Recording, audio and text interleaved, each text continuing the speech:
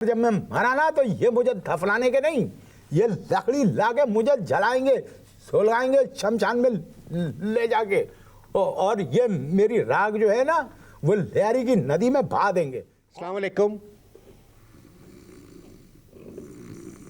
अस्सलाम वालेकुम। खत्म हो गया तुम्हारा तारुफ? इतना लंबा तारुफ कराया, मुझे नींद आ गई। ओ फिर उड़ गया। कौन? केबल। अबे एक तो पाकिस्तान में ये बड़ी प्रॉब्लम है कि यहाँ पर कौवा इतनी जल्दी नहीं उड़ता जितनी जल्दी यहाँ का केबल उड़ जाता है। वैसे केबल के आने से एक चेंज आया है। क्या है? चेंज, फर्क पैदा हुआ है। बस तुम बुजुर्ग हो इसलिए लिहाज कर गया तुम्हारा। अबे क्या अभी किसी सब्जी का नाम लेके बोल दूंगा, क्या चेंज आया है? कद्दू कहना किस चाह रहे किस्म? कहाँ क्या कद्दू चेंज आया है? हैं? जी। कद्दू चेंज आया है क्या? नहीं कहता मैं कद्दू, कोई और सब्जी कहूँगा। नहीं नहीं, आप जो मर्जी आए कहें। कह दूँ ना? अबे क्या गाजर चेंज आया है? 31 साल हो गए मेरी शादी को, एक आवाज में भी सुनक के आ जाती थी। अब मैं आवाजें देता रहता हूँ किसी जानवर की तरह और आती नहीं है। मैंने कहा भाई क्यों? तो कहती है कि भाई जब तक तुम मुझे तुलसी कह के नहीं पुकारोगे मैं नहीं आऊँगी। बताओ, कैक्टस की तरह शक्ल निकली हुई हो, कहती है मुझे तुलसी कहो। असल में केबल पे जो सीरियल्स आ रहे हैं उसमें हर एक में कोई ना कोई तुलसी ज़रूर निकलती है। अबे बात यहाँ पे ख़त्म नहीं हो रही है भाई मकसूद, बात यहाँ ख़त्म नहीं हो रही है। घर में पूछो क्या पका है, कहते आलू भाजी।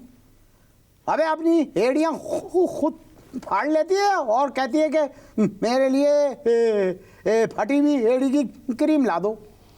आपके घर वाले स्टार प्लस देखते हैं? अबे छोड़ो, तुम क्या बात है। ओहो बड़ी मज़ेदार कुर्सी है। हाँ तो हम कह रहे थे कि मेरे घर वाले स्टार प्लस देखते हैं। मेरी बीवी तो इतना ज़्यादा केबल देखती है कि वो मेरी माँ को देख के छुप के गाती है, क्योंकि सास भी कभी बहू थी।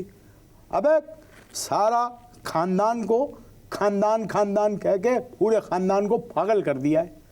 और मेरी बीवी के जो मामू है ना, मेरी बीवी के जो मामू हैं वो गाते फिरते हैं, शगुन शगुन शगुन शगुन, मिल जाए खुचला बना दूंगा उसका खुचला। तो आप अपनी बेगम को मना नहीं करते कि केबल वगैरह मत देखें? क्या मना करें? मना किया था तो कहने लगे हम तुम्हारे गुलाम नहीं है। मैंने कहा क्या? कहने लगी गुलाम।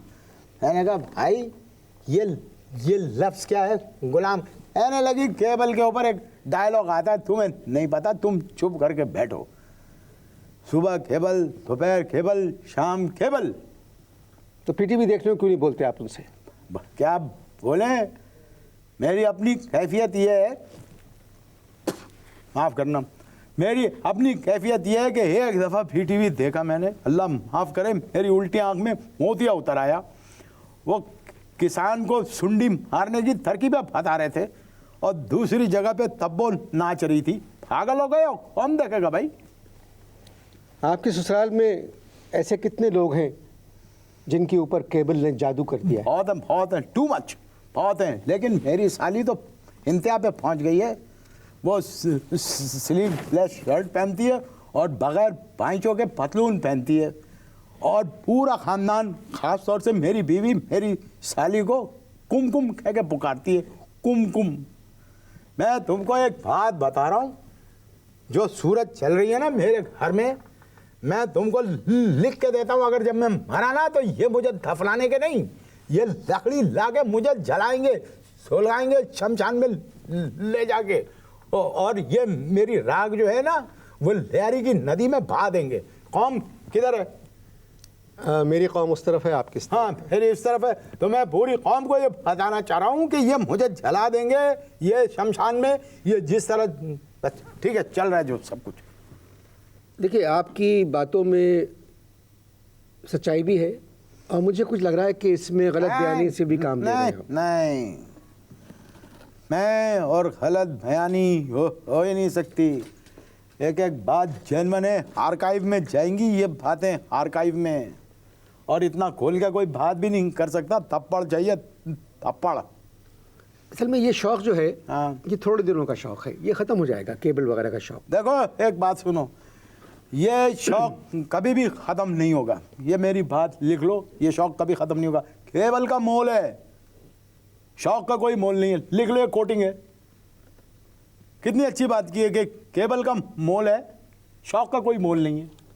अभी तक जितनी बातें आपने की वो अपनी बेगम के ख़ानदान के बारे में की। उर्दू ठीक कर लो अपनी, सही लफ्ज़ है खानदान। क्या बात करें, ख़ानदान के बारे में की। खानदान। क्या हो गया आपको? मुझे बिल्कुल सही हूँ मैं, फेटो तुम सहनी तौर पे खिसक गए हो। सही लफ्ज़ बोलो, दुनिया क्या थूकेगी। ये इतना बड़ा कंपेयर है, उसको यही नहीं पता। सही लफ्ज़ है खानदान। जितनी बातें अब तक आपने की अपनी बेगम के ख़ानदान के बारे में, देखो ना कितना सूट कर रहा है, वहीं के लग भी रहे हो तुम। तुम्हारा जो गेटअप है ना, बिल्कुल वहीं के लोगों का नहीं, फूस माँ के जो होते हैं ना पुराने, खापड़ बिल्कुल वैसे ही लग रहे हो। फिर बोलो खानदान। तब नहीं, तबने की बात नहीं है। सच बात बुरी लगती है आदमी को, लेकिन बर्दाश्त करना चाहिए।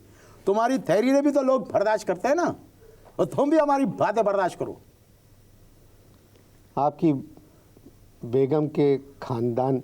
ये देखो, पॉज गलत नहीं दो, पूरे बात करो। अच्छा, बकवास नहीं करें, आपसे जो बुलाया मैंने इंटरव्यू करने के लिए आपको। हाँ करें, आप तमीज़ से बात करें मुझसे। हाँ बिल्कुल। तमीज़ खत्म हो गई। क्या तमीज़ खत्म हो गई है? केबल ने तमीज़ खत्म कर दी। जो इंशाल्लाह है अगले साल सुना 500 चैनल आ रहे हैं, जो बची कुची है वो भी निकल लेगी। एक तहजीब होती है, एक तमीज़ होती है। और भी खैर, आप अपनी बेगम के ख़ानदान के बारे में बता रहे थे। हाँ। आपने अपने ख़ानदान के बारे में कुछ नहीं बताया। मैं आपको एक बात बताऊं। बात यह है कि जब मेरी शादी हुई तो मेरी बीवी की जो घर वाली थी, फैमिली थी ना, बहुत पैसे वाली। इसीलिए मुझे जो है घर दामाद बनना पड़ा। वहाँ का मुलाजिम मेरी सास को माता जी कह के पुकारता था। माता जी। माता जी। और मेरे जो ससुर है एक दिन मुझसे कहने लगे ये बताओ तुम्हारे बाप का प्रयोजक कौन था। मैं तो खड़ा हो गया। मैंने कहा सर ऐसी बात कर रहे हैं, मेरे बाप का प्रयोजक, मेरा बाप कोई शरबत की बोतल नहीं था जिसका प्रयोजक होता। अबे सारा दिन और सारी रात ये लोग अंताक्षरी खेलते रहते। और मेरे ससुर जो है ना, बच्चन के तो दीवाने। उनकी वजह से दाढ़ी रखी और भारी आवाज़ में संख्या खाई, थोड़ी सी आवाज़ भारी कर ली और भारी आवाज़ में पूरे घर से भग करते फिरते। एक दिन मेरी तरफ देखा और देखते रहे। मैं सट पटाया कि खैरियत, ये क्या मीन में निकालेंगे कोई। मुझे देख के कहने लगे मियाँ तुम टेंड हो जाओ। मैंने कहा क्या? कहने लगा गंजे हो जाओ। मैंने कहा मैं क्यों गंजा हो जाऊँ? कहने लगा तुम्हें नहीं पता, तुम्हारी शक्ल अनुपम खेर से मिलती है। मेरे तो लग गई आग। मैंने कहा सर आप मर जाइए। कहने लगे क्यों?